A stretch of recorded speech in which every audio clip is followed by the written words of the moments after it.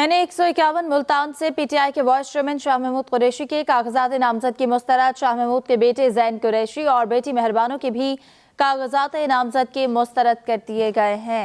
इसी हवाले से हामिद चौधरी से तफसीलात लेंगे। जी हामिद, बताइएगा।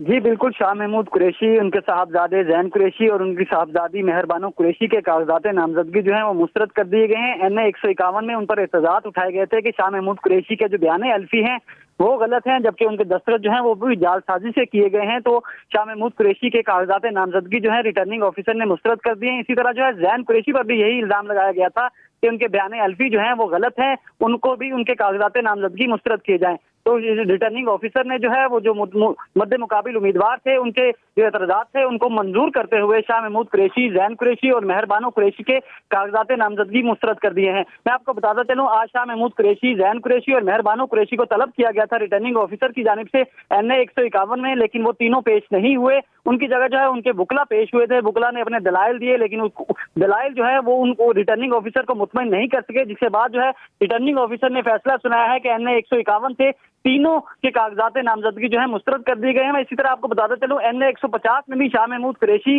जैन कुरैशी और मेहरबानो कुरैशी के खिलाफ एतराजात उठाए गए थे कि शाह महमूद कुरैशी जो है रेवेन्यू डिपार्टमेंट के 91,000 रुपए के डिफाल्टर हैं, तो उनके कागजात मुस्तरद किए जाएं। इसी तरह जो है शाह महमूद कुरैशी ने जो बयान हल्फी लगाए हैं वो सही नहीं है, उसको भी सामने रखते हुए उनके कागजात मुस्तरद किए जाएं। तो शाह महमूद कुरैशी के NA-150 में भी यही हालात नजर आ रहे हैं। जिस तरह NA-151 में उनके कागजात नामजदगी मुस्तरद किए गए हैं, NA-150 में भी यही हालात हैं कि उन पर एतराजात भी उठाए गए हैं। उनके कागजात के नामजदगी के साथ जो बयान हल्फी लगाए गए हैं वो जो है वो मद्दे मुकाबिल उम्मीदवार ने चैलेंज किए हैं कि वो फेक हैं, उन पर दस्तखत जो है वो जाली हैं।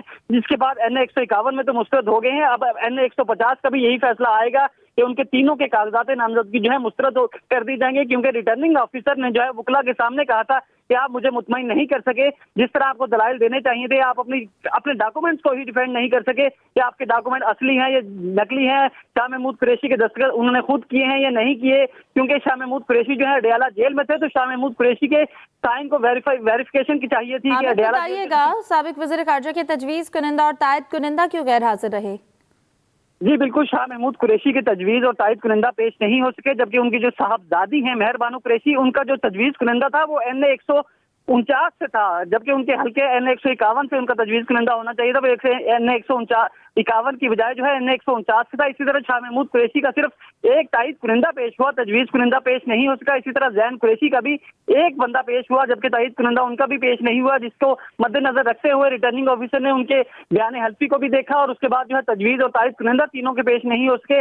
इस वजह से उनके भी कागजात नामजदगी मुस्तरद किए गए। जी हामिद चौधरी, बताइएगा कि इस हवाले से उनकी वकला की टीम क्या कहती है, क्या कहां पर कागजात में जो है वो कमी रह गई, क्यों इस तरह के एतराज़ात सामने आए? पहले से ही इस बात का जो था इम्कान था कि रिटर्निंग अफसरान को मुतमईन नहीं किया जा सका।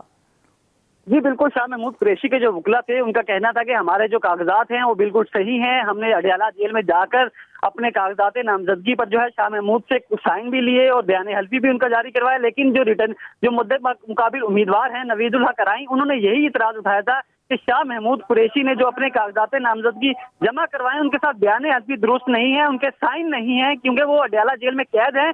तो अडयाला जेल के जो जब डॉक्यूमेंट जाते हैं तो वहाँ सुप्रीडेंट उसको वेरीफाई करता है कि वाकई ये कागजात हमारे पास आए थे। वहाँ स्टैंप होती है अडयाला जेल की, लेकिन इसके ऊपर कोई स्टैंप नहीं थी, जिस पर जो है मद्दे मुकाबिल उम्मीदवार ने शाह महमूद कुरैशी के कागजात नामजदगी पर एतराज़ात उठाए थे। इसी तरह जो है शाह महमूद कुरैशी के जो कागजात नामजदगी हैं उसके साथ साथ उनके जो फाइलिंग थी, जो रिटर्न उन्होंने अपने फाइल किए हुए थे, उस पर भी एतराज़ात उठाया गया कि शाह महमूद कुरैशी ने महकमा रेवेन्यू के 91,000 रुपए के डिफाल्टर हैं। तो शाह महमूद कुरैशी ने AC सदर के पास अपना क्लियरेंस सर्टिफिकेट नहीं दिया, उनको 91,000 उन्होंने रेवेन्यू डिपार्टमेंट को जमा करवाना था, जिसके बाद तस्दीक होनी थी कि शाह महमूद कुरैशी ने वाकई ही रेवेन्यू डिपार्टमेंट के 91,000 रुपए के जो वो डिफाल्टर हैं वो क्लियर करवाए हैं या नहीं करवाए, वो भी उन्होंने जमा नहीं करवाया था।